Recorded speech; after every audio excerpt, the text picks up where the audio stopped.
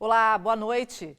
2 criminosos que estavam na lista dos mais procurados do estado estão atrás das grades. As prisões aconteceram em menos de uma semana. Um dos casos, o suspeito foi preso em uma blitz ao voltar da Bahia com a família. Em 3 dias, 2 lideranças do tráfico de drogas em Cariacica foram presas. Eric de Almeida Bastos, de 25 anos, conhecido como Menor Eric, e José Maria de Araújo, conhecido como Zé Maria, eram rivais. De acordo com a PM, na disputa por territórios, os 2 foram responsáveis por muitas mortes nos bairros Graúna, Flecha 1, Castelo Branco e Santa Rosa. Os 2 estavam na lista dos criminosos mais procurados do estado. Com as prisões, a polícia espera diminuir os índices de roubos e homicídios, enfraquecer as facções e levar mais tranquilidade às comunidades que vivem reféns dos traficantes. A polícia investiga o envolvimento de Eric Almeida com o assassinato de Felipe Souza, o MC Lipim da BE, de 26 anos. O cantor Igari foi morto na última sexta-feira em Flechal. Com Eric, a polícia apreendeu pistolas 9mm, seletor de rajada, munições, drogas e celulares. Tinha 10 mandados de prisão pelo crime de homicida, um homicida contumaz, que estava ali brigando com o primeiro comando de Vitória, principalmente com a tropa ali do Zé Maria. A prisão dele faz parte de um ciclo de prisão de lideranças. Nós prendemos recentemente lá o Cara de Vaca, o PK e também o John. E agora, com a prisão do menor Eric, nós prendemos as 4 grandes lideranças da família Capixaba e do 3º Comando Puro naquela região, o que com certeza vai impactar na diminuição de homicídios, principalmente vindo dessas lideranças. Já Zé Maria foi preso na segunda-feira durante uma blitz da PRF na BR-101. Ele voltava da Bahia quando foi abordado em São Mateus. Ele chegou a apresentar uma identidade falsa aos policiais. O Zé Maria, ele é faccionado ao 1º Comando de Vitória, da região de Graúna, região ali também de Castelo Branco. E ele também é homicida, tem passagem pelo crime de roubo, troca de tiros com a Polícia Militar. Estava vindo da Bahia, foi preso pela Polícia Rodoviária Federal, e o que mostra claramente que esses indivíduos, eles usam a prática de se refugiar em outros estados. No caso do Zé Maria, ele estava se refugiando na Bahia. No caso do menor Eric, do Cara de Vaca e do John, eles estavam invariavelmente indo para o estado do Rio de Janeiro. Parabéns aí à ação da polícia, né? E familiares do vigilante assassinado na Serra buscam respostas para o crime. A vítima estava trabalhando quando foi morta com um tiro na cabeça. O SAMU chegou a prestar atendimento, mas não havia o que fazer.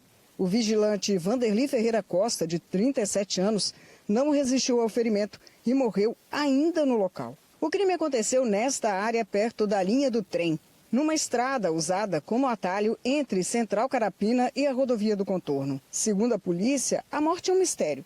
Afinal, não houve disparos registrados na área e nada dos vigilantes foi levado.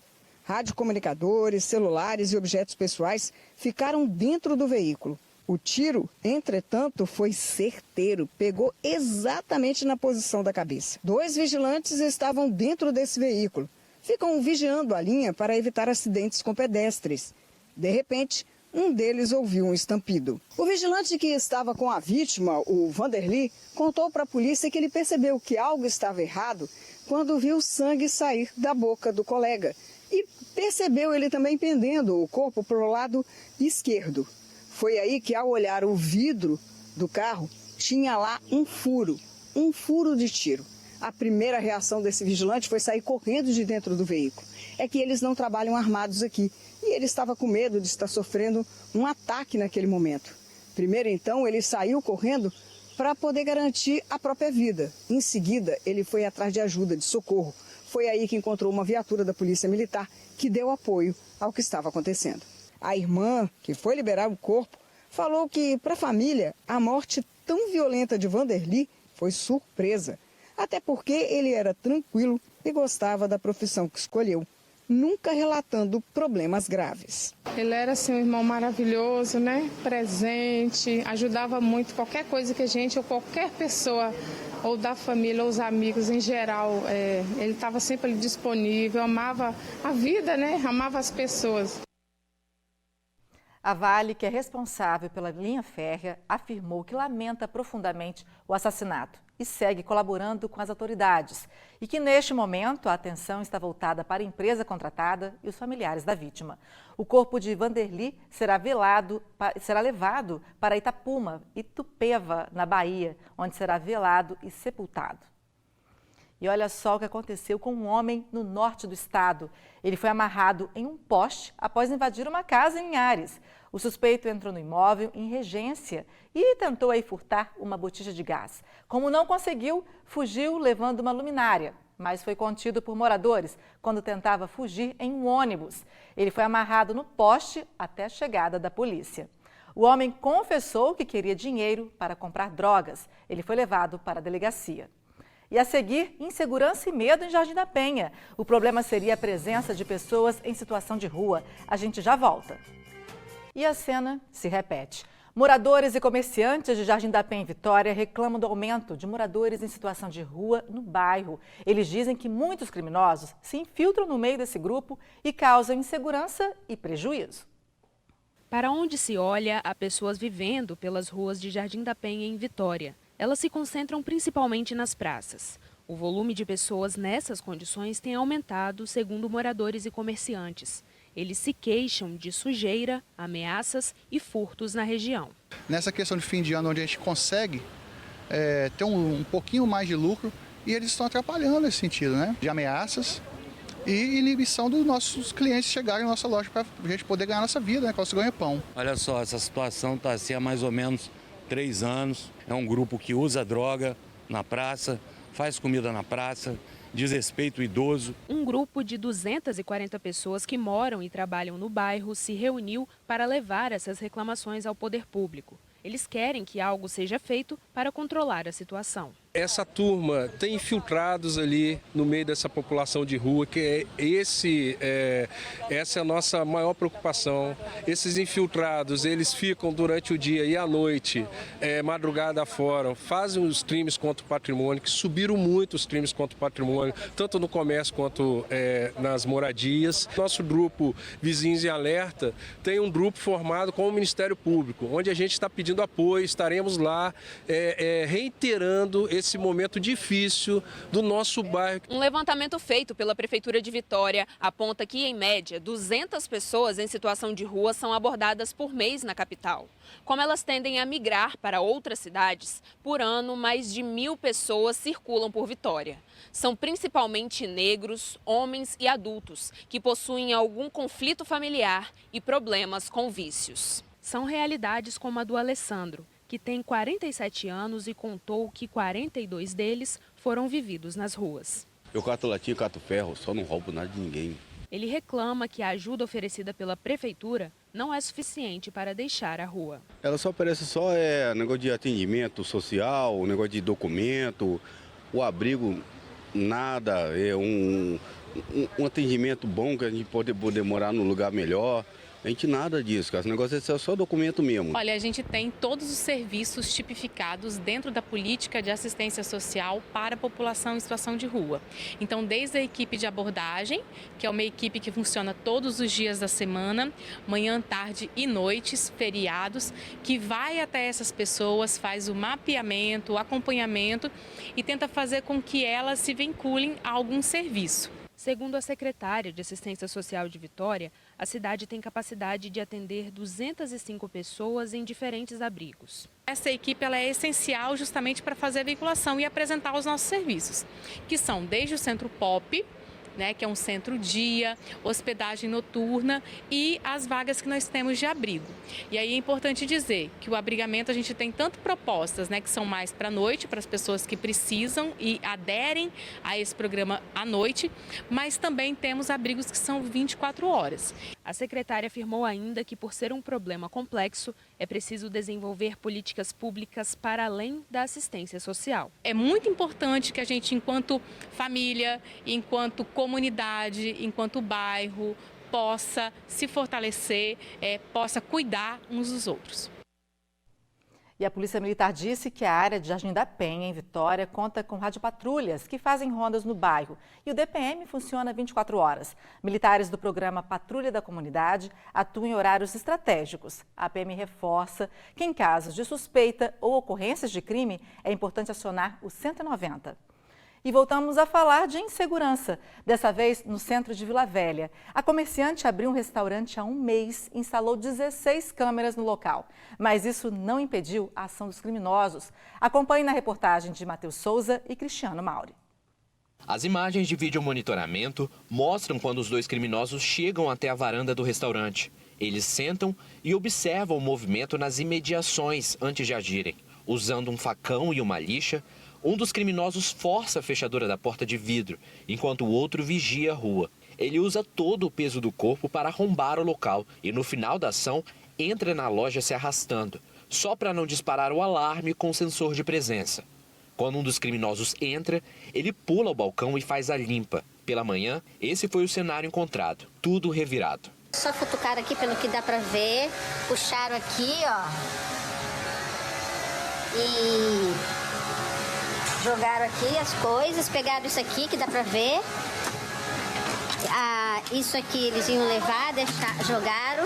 Dá pra ver que eles pularam aqui, nem quebraram isso. O crime deixou um prejuízo de mais de R$7 mil. Ele ocorreu de madrugada na rua 15 de novembro, que é conhecida popularmente como a Rua das Delícias. A dona do restaurante conta que abriram as portas há um mês e que agora o medo é inevitável.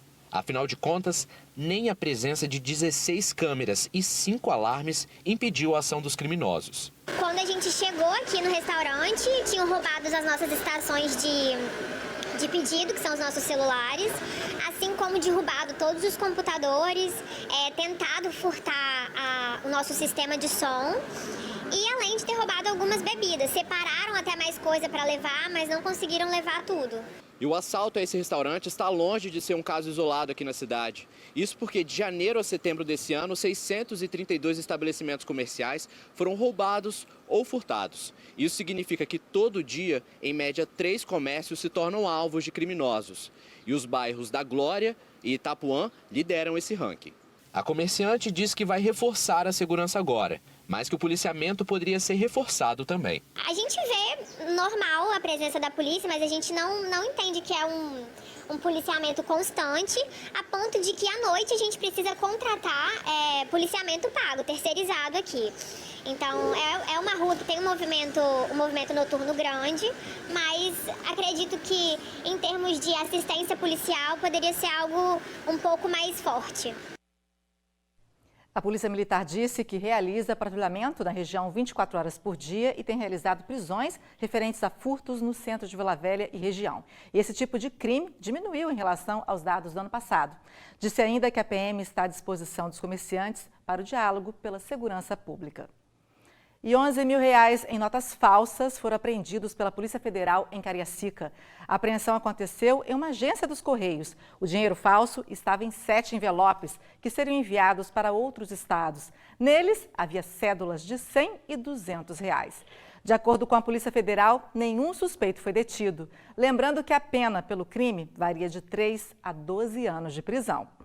A seguir, ministro visita o estado e anuncia investimento do Minha Casa Minha Vida. E você vai ver também o navio que está sendo construído desde a base em Aracruz. É um instante só. Estamos de volta e as obras de duplicação da BR-101 aqui no estado devem ser retomadas. O anúncio foi feito pelo ministro da Casa Civil durante o lançamento do Programa de Aceleração do Crescimento, PAC, do governo federal. Também foram anunciados investimentos no programa Minha Casa Minha Vida. O programa faz parte do novo PAC, o Programa de Aceleração do Crescimento, lançado no estado pelo ministro da Casa Civil, Rui Costa, na companhia do ministro dos Transportes, Renan Filho, e do governador Renato Casagrande. As obras do novo PAC contemplam 9 eixos, entre eles infraestrutura e transportes, saúde, educação e cidades. Este que abriga o Minha Casa Minha Vida. Os investimentos no programa serão direcionados para a retomada e conclusão de obras de mais de 3.200 unidades. Além disso, outras 1.400 novas moradias serão construídas, elevando assim o número total para mais de 4.600 casas no Espírito Santo. O programa restringiu agora áreas muito próximas ao centro urbano, o limite da cidade, não permitindo mais uma distância grande, porque em alguns conjuntos no passado foi usado como uma espécie de expansão urbana. Então ficou, às vezes, distante do núcleo central da cidade, isso não é mais permitido. As novas unidades começam a ser construídas efetivamente a partir de janeiro. A duplicação das BRs 262, que liga a Grande Vitória ao estado de Minas Gerais, e 259, ligando os municípios de João Neiva, Colatina e Aimorés, além da construção do contorno do Mestre Álvaro na Serra, foram temas abordados por Renan Filho na coletiva, que serviu também para trazer novidades sobre a BR-101 e ferrovias. Vai ser otimizado o contrato com a Eco-101. O contrato estava, como chamamos, com baixo desempenho. A companhia não estava conseguindo fazer todos os investimentos. Além disso, algumas questões ambientais e de outras naturezas não permitiram que algumas obras fossem entregues no período adequado, de maneira que nós estamos com a otimização aprovada pelo TCU, garantindo novos investimentos, aceleração de investimento ao Espírito Santo. Com previsão de investimentos na ordem de 65 bilhões de reais, o Espírito Santo já tem 43 bilhões alocados. O projeto da 262 ele já está um pouco mais avançado, porque já houve um projeto executivo no passado que foi questionado pelo TCU e nós estamos refazendo o projeto. É uma BR muito relevante e estamos fazendo também o projeto da BR-259. São duas ligações fundamentais com o estado de Minas Gerais, que facilitarão o acesso aos portos e também muito mais qualidade para o tráfego das pessoas. E com relação à ferrovia, há um dos trechos já garantidos na renovação de Vitória Minas e nós estamos dialogando para ampliar a estrada de ferro 118, que garantirá a ligação de 5 portos no estado do Espírito Santo. Nós estamos avançando em Capoaba com as obras da BR-447, uma obra de intervenção praticamente urbana, e desejamos chegar até os portos, garantindo facilidade para o escoamento da produção do estado. No total, são 47 obras, entre elas intervenções de esgotamento sanitário em Colatina, Vitória, Vila Velha, Viana e Cariacica, que também será contemplada com a construção do Hospital Geral do município, além da construção da barragem do Rio Jucu, um pedido do governador. Para nós é uma expectativa que se estabelece em termos de retomada de investimentos importantes para o Brasil todo e para o nosso estado. O desenvolvimento do Brasil passa pelo Espírito Santo, porque além da produção daqui, a produção de outros estados utilizam a BR-101 para ser escoada. O Espírito Santo foi escolhido para construir um navio que vai ser utilizado em pesquisas científicas. 600 empregos diretos e 6 mil indiretos devem ser gerados só na primeira fase dos trabalhos. É a primeira vez no Brasil que a construção de um navio desse tipo é feita desde a base. E o estaleiro Jurong, em Aracruz, foi o escolhido para realizar a obra. Isso mostra que o capixaba é bom de muqueca, é bom na produção de aço, é bom na produção de café, é bom nas rochas ornamentais e tem um talento muito especial para fabricação de embarcações como essa. A primeira embarcação brasileira produzida no Brasil tinha que ser aqui no Espírito Santo. A cerimônia de batimento de quilha marcou o término da primeira fase do empreendimento. Quilha é a base do navio, como se fosse a espinha dorsal, e é a partir dela que vem as outras partes da embarcação. O evento aconteceu no estaleiro onde o navio está sendo construído e contou com a presença do ministro da Defesa, José Múcio Monteiro. A construção realizada com muito orgulho em solo brasileiro também representa investimentos em nosso país e é um exemplo do Brasil que eu acredito e do Brasil que dá certo. O navio se chama Almirante Saldanha e vai realizar missões de pesquisa científica na Antártica para a Marinha do Brasil, em áreas como oceanografia e meteorologia. Nós temos pesquisas na área de biologia marinha, oceanografia, meteorologia, geodésia. Nós mesmos da Marinha fazemos diversos levantamentos hidrográficos naquela região, além das pesquisas climáticas que hoje são aquelas que despertam bastante atenção. O projeto está previsto para ser concluído em setembro de 2025, quando o navio vai incorporar a Força Naval Brasileira.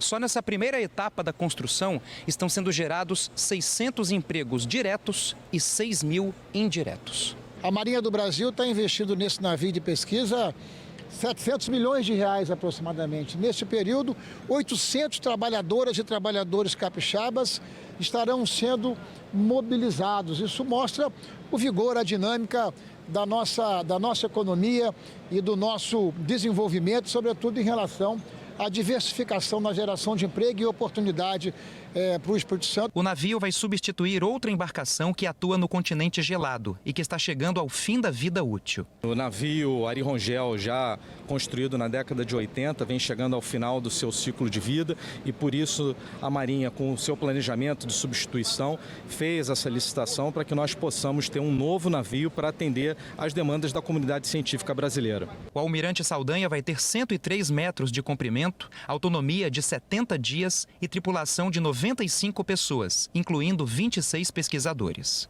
Essa tecnologia vai permitir que o navio alcance novas regiões, que nós tenhamos possibilidade de levar os nossos pesquisadores a essas regiões e também com mais segurança. Um navio maior, um navio com 103 metros de comprimento, com a capacidade de transportar até 26 pesquisadores. Então isso vai permitir que nós tenhamos acesso a regiões que antes nós tínhamos um pouco mais de dificuldade para acessar. Que bacana, né? E nós ficamos por aqui. Tenha uma excelente noite e até amanhã.